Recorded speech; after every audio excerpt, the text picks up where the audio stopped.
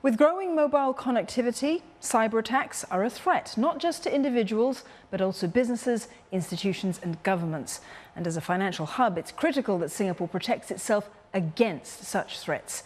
Now, this may mean a need for more robust security measures, but how much more has to be done to keep data safe and secure? Akshab Girdada spoke to a few cyber experts. As Singapore pushes forward to becoming a smart nation, cybersecurity has become a top priority. The Cyber Security Agency was set up in 2015 to work with various sectors to ensure that Singapore is resilient against cyber attacks. And a new 5-year National Cybersecurity Master Plan 2018 has been launched, aimed at strengthening Singapore's cybersecurity efforts. Singapore has probably the leading capability in this region in cybersecurity, but no country today can deal with all cybersecurity threats. If you look globally, the United States really has the greatest capability, both offensively and defensively, and they are struggling to keep up with the attacks that are taking place every day. So while Singapore is an outstanding example for the region, it still has a long way to go. But cyber attacks may not just be the work of individuals or institutions. A form of cyber espionage is evolving, where nation-states routinely penetrate foreign government agencies and private sector entities to steal valuable data. Last year, global intelligence agency Interpol set up a digital crime center in Singapore to enable more information sharing between law enforcement agencies and the private sector to combat cyber crimes.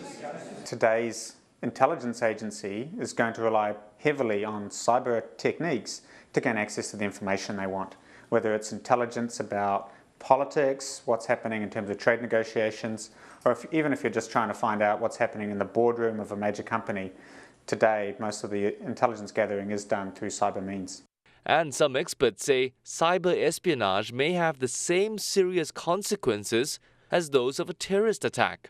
FireEye says that there are about 50 nations that have offensive cyber capabilities, and Singapore's economic prowess could entice rogue entities to develop sophisticated attacks. You don't need to put any of your own attackers or citizens or members of your armed forces into harm's way. You literally can do it from an armchair on the other side of the world without putting anyone at risk. The ability for even small nations to have quite a big impact if they are sufficiently skilled. For Singapore, even a breach on a government system could see sensitive data of its citizens compromised and thus magnifying the threat. Governments have to look at ways to protect data meaningfully. And that means to start looking at defenses beyond simple things like antivirus and looking at what we would call a defense in depth, where you are not only protecting the external systems, you're also protecting inside, and you're monitoring and tracking what's going on inside the data networks to identify the hacker, the theft of data before the information leaves.